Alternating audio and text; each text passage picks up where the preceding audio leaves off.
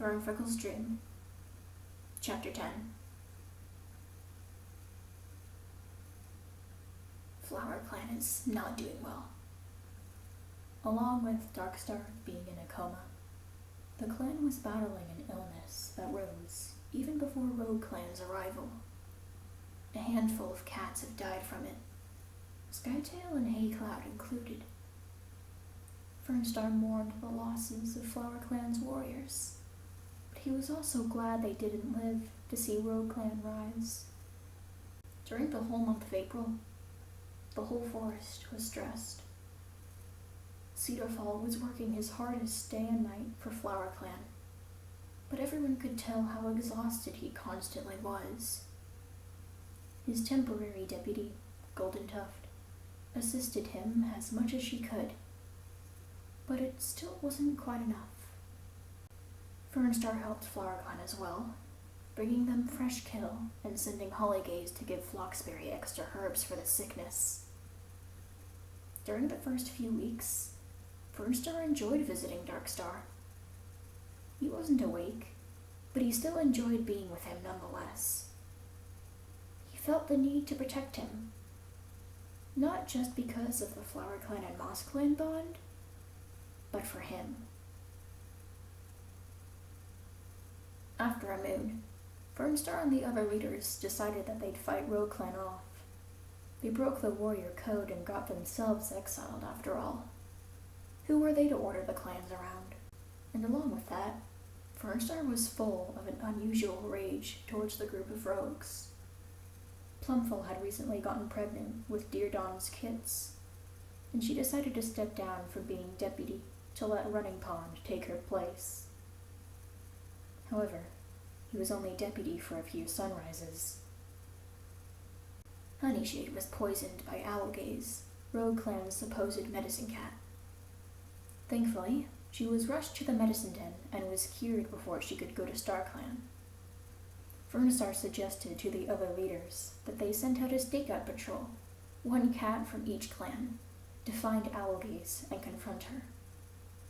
Since it was Fernstar's idea, he chose Running Pond to lead the patrol. They did end up finding Owlgaze in Stormdream, who now goes by Daggerdream, but the encounter didn't go as planned. Fernstar remembered Lilypelt's words.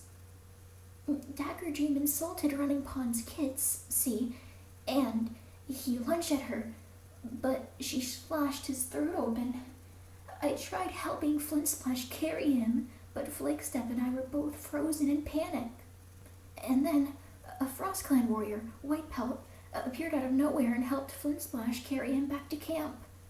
He was alive for a good few more minutes, and he spent them with his brothers.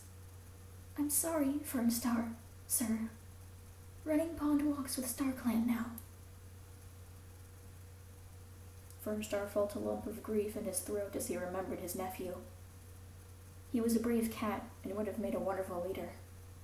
But after his death, he passed Riverpaw over to Honeyshade to finish his training, and Plumfall stepped back up as deputy. She moves understandably slower than usual, but Fernstar felt glad that she found love in another Tom.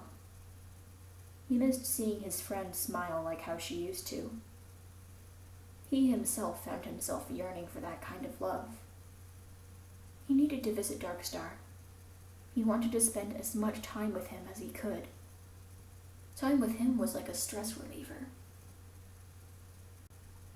After the moon had passed, Rogue Clan never arrived, and that's what scared everyone. Fernstar could feel the tension in the forest wherever he walked. There was even a prophecy going around about 4 cats who have the ability to stop Rogue Clan. All Fernstar knew was that Honeyshade was one of those cats, and that Blue Creek had come to her in a dream. He couldn't help but feel jealous that she was able to see him, but he still needed to see Darkstar. Hey, Plumfall? He looked over at his friend and deputy. Can you watch Cam for me for a bit? I want to go bring some more prey to Flower Clan. Sure, I can do that. Who would you like to bring with you? Fernstar scanned their territory Honeyshade, Stoneleap, and his apprentice, Lightpaw. All right, gather them up and I'll see you soon. He leaps down from the high rock, gathers up the cats and walks them to Flower Clan camp, all 4 of them having a piece of prey in their jaws. Once they reached their destination, Cedarfall noticed right away and bounded up to them, excited. Hi, Honeyshade, he purred. Fernstar, you're welcome to visit Darkstar now.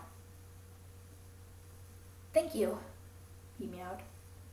He dismissed Stoneleap and Lightpaw with a flick of his tail and headed to Darkstar's den. He let himself inside, expecting to be greeted with nothing but the unconscious Tom. However, he saw him with his gray eyes half open. Hello, Fernstar. He jumped with surprise. Darkstar, you're awake? Yep, just woke up this morning. How's everything been? Not the best, Fernstar admitted. Running Pond was killed by Dagger Dream, and Rogue Clan never showed up to the next gathering. There's a prophecy going around, but I'm sure Cedarfall can fill you in later. As for the rest of us, we're readying ourselves for a battle. Oh dear. I'm sorry about Running Pond. It's alright. He's happy now in Star Clan. He sits down beside the old leader and looks down at him. He looked weak, but the soft gleam in his eyes showed anything but dullness. So, sleep well? Fernstar said with a smirk. I've missed you. Darkstar laughed. I'm alright, and I missed you too. How could you have missed me unconscious, huh? Fernstar nudged him playfully. Oh, shut up, Darkstar giggles. Oh, shut up, Darkstar giggles, nudging him back.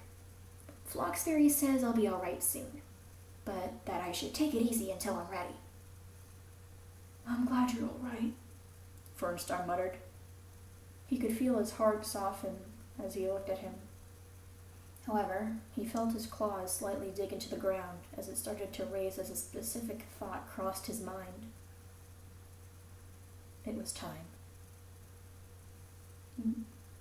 Darkstar? Yes? You know how you're a really good friend of mine, right?